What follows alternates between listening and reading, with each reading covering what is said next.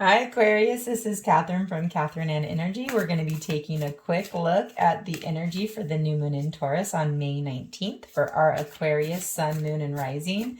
And I am just giggling because as I was doing your pre-shuffle and starting to feel into your energy, that song, The Age of Aquarius, came in, and just that fun that fun 70s Age of Aquarius song. It just made me laugh. But we're going to see what the cards say about it. But what I was really hearing was, the age of Aquarius is debatable about whether or not we're stepping into that or not, depending on which astrologer you listen to. We're either in it, we're going to be coming into it, it's approaching. One thing for certain is that Pluto moved into Aquarius, and so that is definitely a big shift. But what I kept feeling from that song is this is your time, Aquarius. This is your time. We're stepping in. It's time for you to shine. Whew. All right, and one more. Oh, nope. Mary, this one is what turned. Okay, wow. So many signs are getting the Four of Cups. It's really interesting. And I shuffle and shuffle and shuffle before I move into the next sign. So, so interesting. So for you, Aquarius, we have the Three of Swords, the Empress, and the Four of Cups. And this new moon in Taurus is about... It's interesting because, as a new moon, it's not necessarily the thought of as a time of release. It's really thought of as planting the new seeds. What are these intentions that we're going to be growing? But you have some releasing to do. And I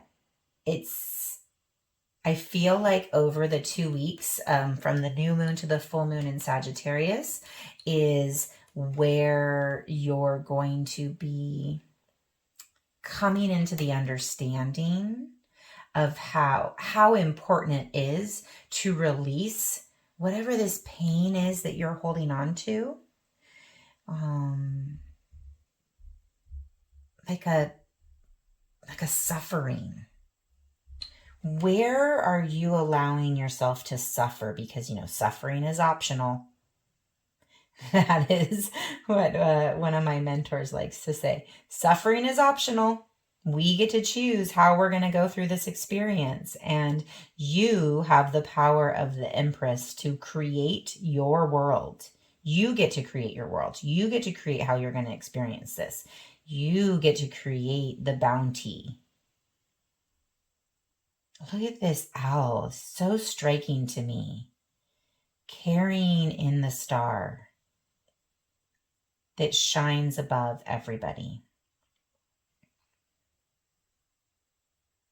Aquarius, you can be a guiding light. You can tap into your wisdom of who you truly are and remember. This is about remembering that suffering is optional. So what is it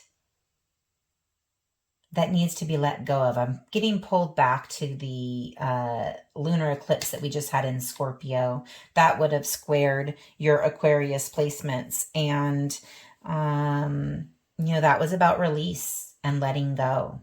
And this South Node in Scorpio has been squaring Aquarius as it's transited through for the last year and a half. We're at that final bit of release and letting go. Suffering is optional. You create your world.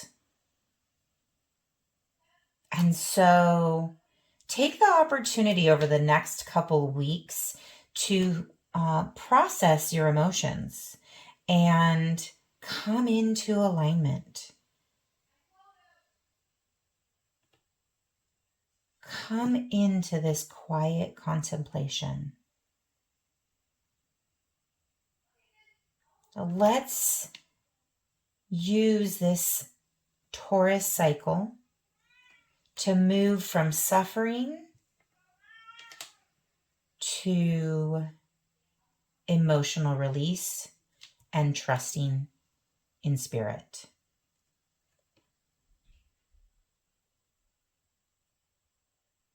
You can do this, Aquarius, because what can come from processing your emotions, focusing on alignment with spirit, and preparing yourself for receiving what is on offer is a magnificent abundance. So even though we're talking about the new moon, this full moon is screaming out to me. I feel like this conversation is really about take the time, the 2 weeks before the full moon, to prepare to release. And by preparing to release, what I'm hearing is to figure out what it is that you even need to release. And maybe dive into this, explore this. Why are you allowing yourself to suffer? Are there areas in your life where you're allowing yourself to be overcome by the feelings of lack or hurt instead of the feeling of being supported by this abundant universe and all that Mother Earth has to offer?